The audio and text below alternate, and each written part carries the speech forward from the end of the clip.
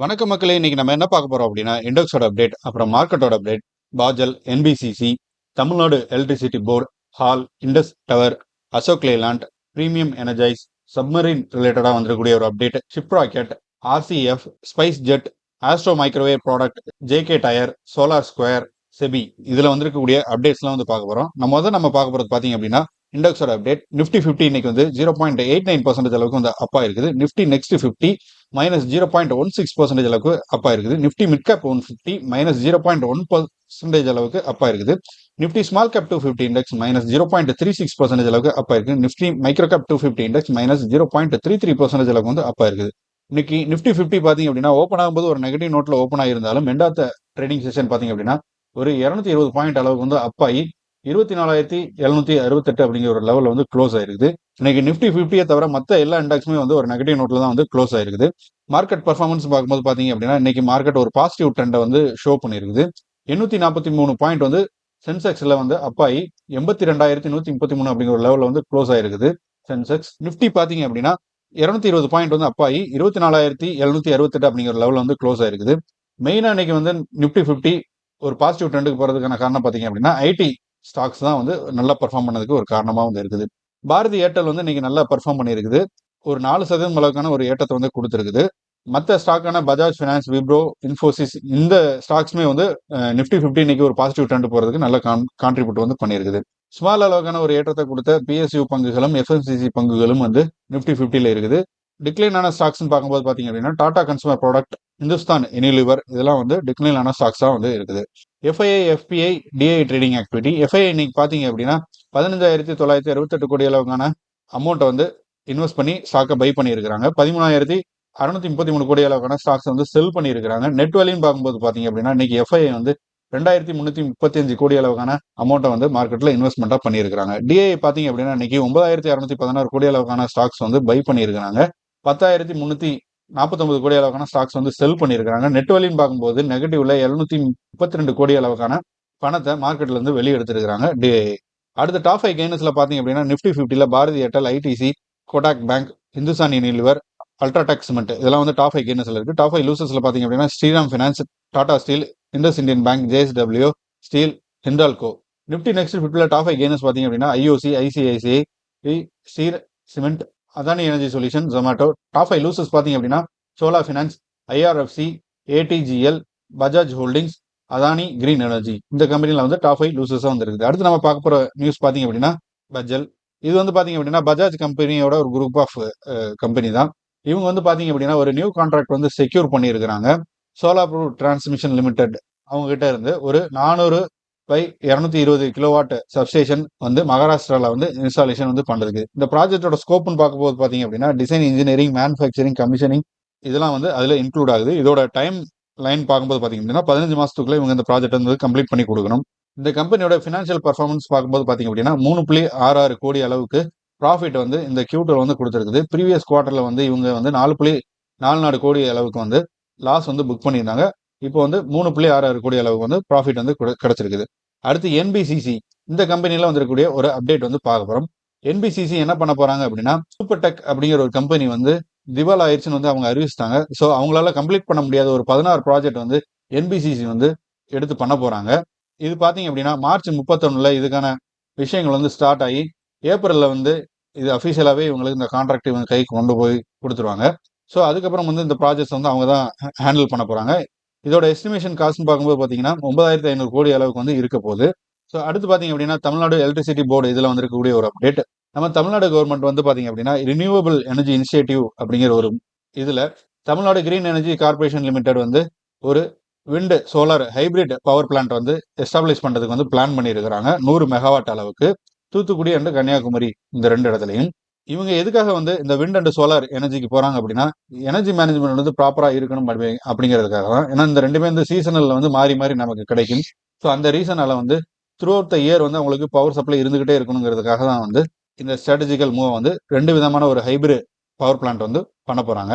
இது மூலமா பாத்தீங்க அப்படின்னா இவங்க 2030க்குள்ள வந்து ஒரு 7,500 மெகாவாட் அளவுக்கான ஒரு நான் ஃபாசில் ஃபியூல் எனர்ஜி வந்து உருவாக்கணும் அப்படிங்கிறது வந்து பிளான் பண்ணியிருக்காங்க. பிளஸ் வந்து இது இந்தியாவோட கிரீன் எனர்ஜி அப்ஜெக்டிவ்க்கு வந்து ஒரு பெரிய கான்ட்ரிபியூட்டரா இருக்க போகுது. ஸோ அடுத்து பார்த்தீங்க அப்படின்னா ஹால் இந்த கம்பெனியில் வந்திருக்கக்கூடிய அப்டேட். இந்தியா வந்து பார்த்தீங்க அப்படின்னா அவங்களோட டிஃபென்ஸ் கேப்பபிலிட்டிஸ் வந்து இன்க்ரீஸ் பண்ணணும் அப்படிங்கிறதுக்காக வந்து ஹிந்துஸ்தான் ஏரோநாட்டிக்கல் லிமிடெட் இவங்களுக்கு வந்து ஒரு ஏர்கிராஃப்ட் மேனுஃபேக்சரிங் பண்ணக்கூடிய ஒரு கான்ட்ராக்ட் வந்து கொடுத்துருக்குறாங்க. 12 ஏர்கிராஃப்ட் SU-30MKI அப்படிங்கிற ஒரு மாடல். இந்த கான்ட்ராக்டோட வேல்யூன்னு பார்க்கும்போது பார்த்தீங்க அப்படின்னா 13,500 கோடி அளவுக்கு வந்து இருக்குது. மெயினாக இந்த ஏர்கிராஃப்ட் மேனுஃபேக்சர் பண்ற ப்ரொடக்ஷன்ல பார்த்தீங்க அப்படின்னா 62.6% அளவுக்கு வந்து நம்ம ஹோம் க்ரௌன் கண்டக்ட் தான் இருக்க போகுது. அதாவது நம்ம இந்தியாவிலே உற்பத்தி செஞ்சு இந்தியாவிலே டெஸ்ட் பண்ணி இருக்கக்கூடிய ப்ராடக்ட் தான் வந்து 62.6% வந்து இந்த ஏர்கிராஃப்ட்ல வந்து யூஸ் பண்ண போறாங்க. ஸோ அடுத்து பார்த்தீங்க அப்படின்னா அசோக் லேலாண்ட் இந்த கம்பெனியில் வந்திருக்கக்கூடிய ஒரு அப்டேட். அசோக் லேலாண்டுக்கு பார்த்தீங்க அப்படின்னா ஒரு மேஜர் ஆர்டர் வந்து கிடைச்சிருக்குது நம்ம தமிழ்நாடு கவர்மெண்ட்ல இருந்து, TNSETC இருந்து ஒரு 1475 BS5 டீசல் பேசஞ்சர் பஸ்ஸுக்கான ஒரு சேசிஸ் வந்து அவங்களுக்கு வந்து ஆர்டர் கிடைச்சிருக்குது. இதோட வேல்யூன்னு பார்க்கும்போது பார்த்தீங்க அப்படின்னா 345 கோடி அளவுக்கான வேல்யூ வந்து இருக்குது. இதோட டெலிவரி டெட்லைன்ங்கிறது பார்த்தீங்க அப்படின்னா டிசம்பர் 2024 இருந்து மே 2025க்குள்ள இந்த டெலிவரி டெட்லைன் வந்து நிர்ணயிச்சிருக்காங்க. ப்ளஸ் வந்து இந்த டெட்லைனை வந்து அசோக் லேலாண்ட் வந்து மீட் பண்ண வேண்டியிருக்கும். இந்த கம்பெனியோட பர்ஃபார்மன்ஸ் அண்ட் ஃபினான்ஷியல் பர்ஃபார்மன்ஸ் பார்க்கும்போது பார்த்தீங்க அப்படின்னா இவங்களோட ப்ராஃபிட் 37% அளவுக்கு இயர் ஆன் இயர்ல இன்க்ரீஸ் ஆகி 770 கோடியா வந்து இருக்குது. இருந்தாலுமே இவங்களோட ரெவன்யூ பார்த்தீங்க அப்படின்னா 9% வந்து டிக்ளைன் ஆகி 8,769 கோடியா வந்து இருக்குது. ஸோ அடுத்து பார்த்தீங்க அப்படின்னா பிரீமியர் எனர்ஜைஸ் இந்த கம்பெனியில் வந்திருக்கக்கூடிய ஒரு அப்டேட். இந்த கம்பெனி பார்த்தீங்க அப்படின்னா இவங்க வந்து ஒரு நியூ சோலார் மேனுஃபேக்சரிங் பிளான்ட் வந்து பண்ண போறாங்க. இது வந்து 1 gigawatt solar photovoltaic modular manufacturing plant வந்து பண்ண போறாங்க. இது தெலுங்கானால 2025க்குள்ள வந்து கம்ப்ளீட் பண்ணணும்னு பிளான் பண்ணியிருக்கிறாங்க. இதோட கேபிட்டல் எக்ஸ்பெண்டிச்சர் வந்து இன்னமும் வந்து இவங்க வந்து வெளியே சொல்லலை. ஸோ இந்த ஸ்டாக்கோட பர்ஃபார்மன்ஸ் பார்க்கும்போது பார்த்தீங்க அப்படின்னா இந்த ஸ்டாக் வந்து இன்னைக்கு 1.3% அளவுக்கு வந்து லோவா ட்ரேட் ஆகிட்டு இருக்குது. 1289 ரூபாய் அளவுக்கு. இது வந்து இதோட லிஸ்டான அளவுல இருந்து 3 மடங்கு வந்து இந்த ஸ்டாக் வந்து வளர்ந்துருக்குது. IPO லிஸ்டான பிரைஸ்ன்னு பார்க்கும்போது பார்த்தீங்கன்னா 450 ரூபா அப்படிங்கிற ஒரு லெவலில் வந்து லிஸ்ட் ஆயிருக்குது.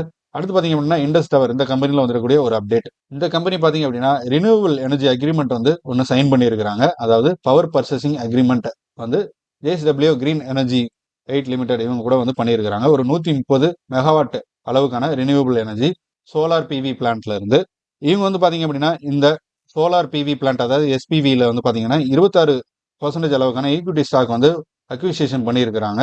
38 கோடி அளவுக்கு வந்து அமௌண்ட்டை இன்வெஸ்ட்மெண்ட் பண்ணி இந்த அக்விசிஷன் பண்ண இந்த பிளான்ட்டுங்கிறது பாத்தீங்க அப்படின்னா மார்ச் 2026க்குள்ள வந்து இவங்க ஆபரேஷனுக்கு வந்து ரெடியா இருக்கும்.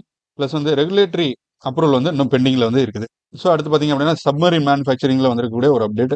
இந்தியன் டிஃபென்ஸ் பாத்தீங்க அப்படின்னா நிறைய ப்ராஜெக்ட்ஸ் வந்து பண்ணிட்டு இருக்காங்க. அதுல ஒன்று மெயினானது பாத்தீங்க அப்படின்னா இந்த சப்மரீன் ப்ராஜெக்ட்ஸ் வந்து மெயினான ஒரு இதா இருக்குது. இதோட வேல்யூவேஷன் பார்க்கும்போது வந்து 6 பில்லியன் அளவுக்கான வேல்யூவேஷன். 6 டீசல் எலக்ட்ரிக் சப்மரீன்ஸ் வந்து மேனுஃபேக்சர் பண்றதுக்கு பிளான் பண்ணியிருக்காங்க. இது வந்து டிலே ஆகிட்டு இருக்கு. கான்ட்ராக்டர்ஸ் வந்து டெஸ்டிங் ப்ரொசீஜர்ஸ் பிளஸ் வந்து கேப்பபிலிட்டி டெஸ்டிங் இதெல்லாம் வந்து டிலே ஆகிட்டு இருக்குது. மெயினாக பார்த்தீங்க அப்படின்னா இந்த கான்ட்ராக்டர்ஸ்லாம் வந்து ப்ரொசீஜரல் வயலன்ஸ் வந்து நிறைய பண்ணிட்டு இருக்காங்க வயலேஷன்ஸ் பிளஸ் வந்து கைட்லைன்ஸ் வந்து அவங்களால இன்னும் மீட் பண்ண முடியல பிளஸ் அன்கிளியராகவும் இருக்குது. அந்த ரீசனால வந்து பார்த்தீங்க அப்படின்னா இதோட ஒர்க் ஸ்டார்ட்டுங்கிறது வந்து இன்னும் டிலே ஆகிட்டு தான் இருக்குது. பிளஸ் வந்து இது ஸ்ட்ராட்டஜிக்கல் மூவா வந்து இருக்குது. பிரதமர் நரேந்திர மோடியோட கவர்மெண்ட்டுக்கு இது ஒரு குருஷியலான ப்ராஜெக்டா வந்து பார்க்கப்படுது. ஏன் அப்படி பார்த்தீங்க அப்படின்னா இந்த சப்மரீன்ஸும் வந்து மோஸ்ட்லி வந்து நம்ம வெளியே இருந்து தான் வாங்கிட்டு இருக்கோம். ஸோ இது வந்து ஃபர்ஸ்ட் டைம் வந்து நம்ம இன்டர்னலாகவே வந்து மேனுஃபேக்சர் பண்ண போகிறோம். ஸோ இது சக்ஸஸ் ஆயிடுச்சு அப்படின்னா நம்ம வந்து நம்ம பசிபிக் ஓஷனில் ஒரு ஸ்ட்ராங்கான ஒரு நாடாக வந்து இன்னும் வலிமையாகிறதுக்கு ஒரு வாய்ப்பு வந்து இருக்கும். அடுத்து பார்த்தீங்க அப்படின்னா ஷிப் ராக்கெட் இந்த கம்பெனியில் வந்து இருக்கக்கூடிய ஒரு அப்டேட். ஷிப் ராக்கெட் பார்த்தீங்க அப்படின்னா அவங்க காமர்ஸ் யூனிகார்னா இருக்காங்க. இவங்க வந்து IPO வந்து லான்ச் பண்ணுறதுக்கு பிளான் பண்ணியிருக்கிறாங்க.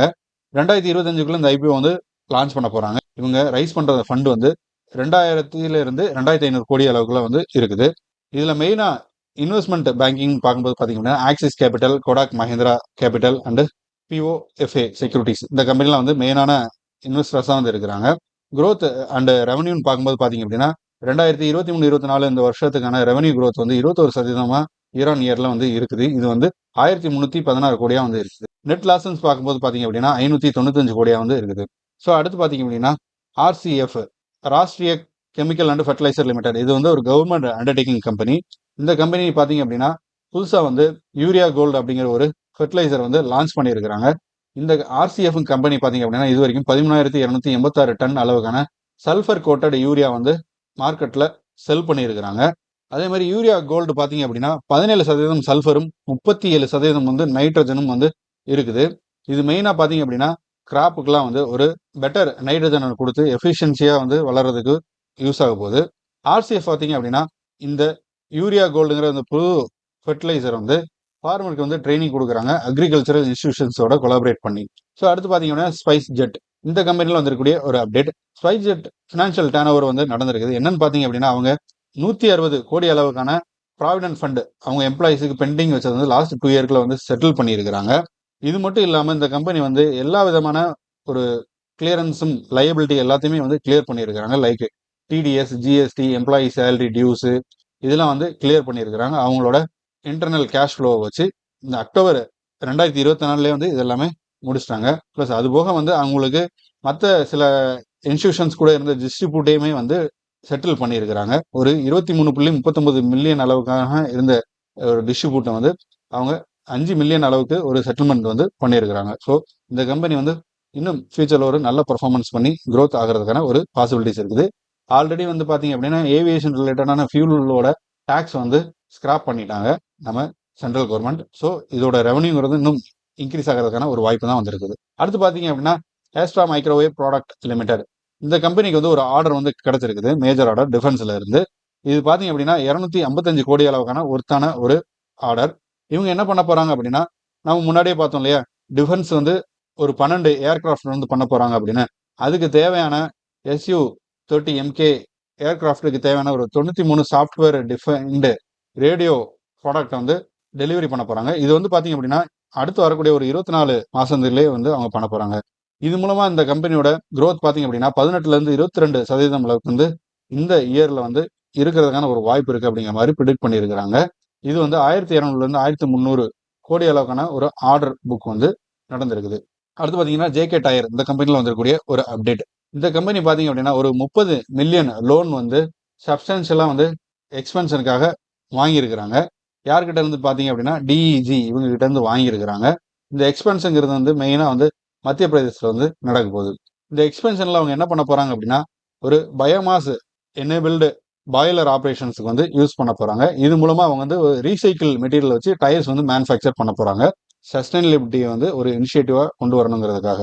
இந்த இன்வெஸ்ட்மெண்ட்டுங்கிறது பார்த்தீங்க அப்படின்னா ஜேகே டயருக்கு வந்து பேசஞ்சர் கார் ரேடியல் செக்மெண்ட்டில் வந்து அவங்களோட ப்ரெசன்ஸ் வந்து ஸ்ட்ரென்தன் பண்ணுறதுக்கு வந்து இந்த இன்வெஸ்ட்மெண்ட்டுங்கிறது யூஸ் ஆகும். அடுத்து பார்த்தீங்க அப்படின்னா சோலார் ஸ்கொயர் இந்த கம்பெனியில் வந்திருக்கக்கூடிய ஒரு அப்டேட்.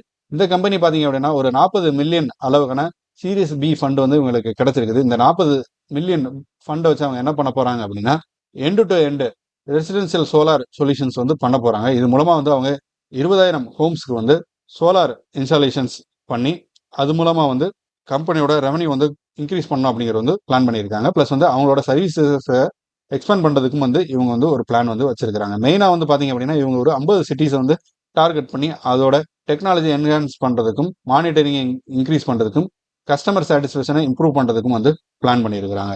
அடுத்து பார்த்தீங்க அப்படின்னா செபில இருந்து வந்திருக்கக்கூடிய ஒரு அப்டேட். செபி பார்த்தீங்க அப்படின்னா இது வரைக்கும் ஆல்கோ அப்படின்னு சொல்லுவாங்க, அதாவது அல்காரிதமிக் ட்ரேடிங். இது வந்து பார்த்தீங்கன்னா இது வரைக்கும் இன்ஸ்டிடியூஷனல் இன்வெஸ்டர்ஸ் மட்டும்தான் இதை யூஸ் பண்ணுறதுக்கு வந்து செபி வந்து அலோவ் பண்ணியிருந்தாங்க. அதுக்குமே நிறைய ரெஸ்ட்ரிக்ஷன்ஸ் வந்து இருந்தது. இப்போ செபி வந்து என்ன பண்ணியிருக்காங்கன்னா இப்போ ஒரு டிராஃப்ட் வந்து வெளியிட்டு இருக்கிறாங்க. இது வந்து என்னன்னு பார்த்தீங்க அப்படின்னா அந்த அல்கோ வந்து ரீட்டைல் இன்வெஸ்டர்ஸும் வந்து யூஸ் பண்ணிக்கலாம் அப்படிங்கிற மாதிரி கொண்டு வந்திருக்காங்க. இதில் வந்து மெயினாக அவங்க 2 கேட்டகரியாக வந்து பிரிக்கிறாங்க. ஒன்று வந்து ஒயிட் பாக்ஸ், இது வந்து டிரான்ஸ்பரண்ட் அண்ட் அண்டர்ஸ்டாண்டபிளாக வந்து இருக்கக்கூடியது. இன்னொன்று வந்து பிளாக் பாக்ஸ், ப்ரொப்ரேட்டரி அண்ட் காம்ப்ளெக்ஸாக இருக்கக்கூடியது. இது ரெண்டுமே வந்து செபி வந்து ப்ரிஃபர் பண்ணியிருக்கிறாங்க. இவங்க இந்த அல்கோ ட்ரேடிங்கை வந்து எப்படி வந்து ரெகுலேட் பண்ண போகிறாங்க அப்படின்னா நம்ம ஆல்ரெடி எல்லா ட்ரேடிங்குமே வந்து ஒரு ப்ரோக்கரேஜ் மூலமாக தான் பண்ண போகிறோம். ஸோ இந்த அல்கோவும் வந்து நம்ம ப்ரோக்கரேஜ் மூலமாக வந்து நமக்கு கிடைக்க போகுது. ஸோ அதுக்கு வந்து நிறைய ரோபஸ்டான ஆத்தன்டிகேஷன் மெத்தட்லாம் வந்து யூஸ் பண்ண போகிறாங்க. ப்ளஸ் ரிஜிஸ்ட்ரேஷன், செல்ஃப் டெவலப்மெண்ட் இதுக்கெல்லாம் வந்து யூஸ் பண்ண போகிறாங்க.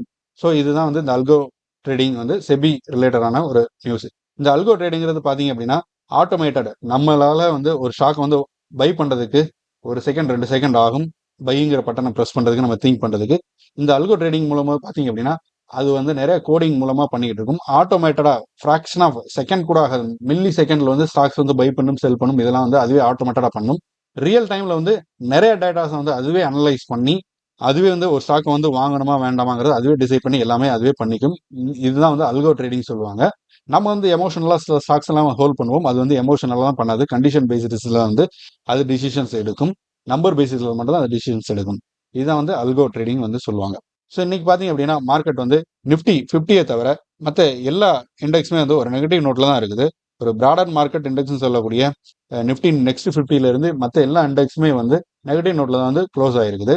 ஸோ நேற்றே வந்து ஒரு 4 நாட்களுக்கான இந்த வாரத்துக்கான ஒரு கெயினை வந்து நேற்றே வந்து எல்லாமே டவுன் ஆயிடுச்சு. இது ஃபர்தராக இன்னைக்கு வந்து பிராடர் மார்க்கெட் இண்டெக்ஸ் வந்து இன்னைக்கு டவுன் ஆயிருக்குது. ஸோ மண்டே மார்க்கெட் நிலவரம் எப்படி இருக்குங்கிறத பார்க்கலாம். இன்னைக்கு நிஃப்டி 50 பாசிட்டிவ் நோட்டில் க்ளோஸ் ஆயிருக்குது. நேற்று ஒரு 1% அளவுக்கு டவுன்ஃபால் பார்த்துருந்தாலும் இன்னைக்கு வந்து ஒரு 0.89% அளவுக்கு அப்பா இருக்குது. ஸோ நம்ம முன்னாடியே சொன்ன மாதிரி மார்க்கெட் வந்து இன்னும் சைடு வேஸில் தான் போயிட்டு இருக்குது. இந்த சைடு வேஸுங்கிறது வந்து டிசம்பர் எண்டு வரைக்குமே இது இப்படி இருக்கிறதுக்கு தான் வாய்ப்பு இருக்குது. இன்னும் சொல்ல போனால் யூஎஸ் பிரசிடென்ட் டொனால்டு ட்ரம்ப் எப்போ பதவி ஏற்று அவரோட ஃபர்ஸ்ட் அனௌன்ஸ்மெண்ட் வந்து கொடுக்குறாரோ அது வரைக்குமே வந்து நம்ம மார்க்கெட் வந்து இந்த ஃபிளக்சுவேஷன்ல இதே சைடு வேஸில் வந்து போறதுக்கான ஒரு வாய்ப்பு தான் வந்து இருக்கும். ஸோ இந்த வீடியோ உங்களுக்கு பிடிச்சிருந்தா லைக் பண்ணுங்க. மேலும் இது மாதிரியான ஸ்டாக் மார்க்கெட் ரிலேட்டடான இன்ஃபர்மேஷன் அண்ட் நியூஸஸ்க்கு நம்ம சேனலை சப்ஸ்கிரைப் பண்ணுங்க. ஃப்ரெண்ட்ஸ் அண்ட் ஃபேமிலிக்கு வந்து ஷேர் பண்ணுங்க. தேங்க்யூ.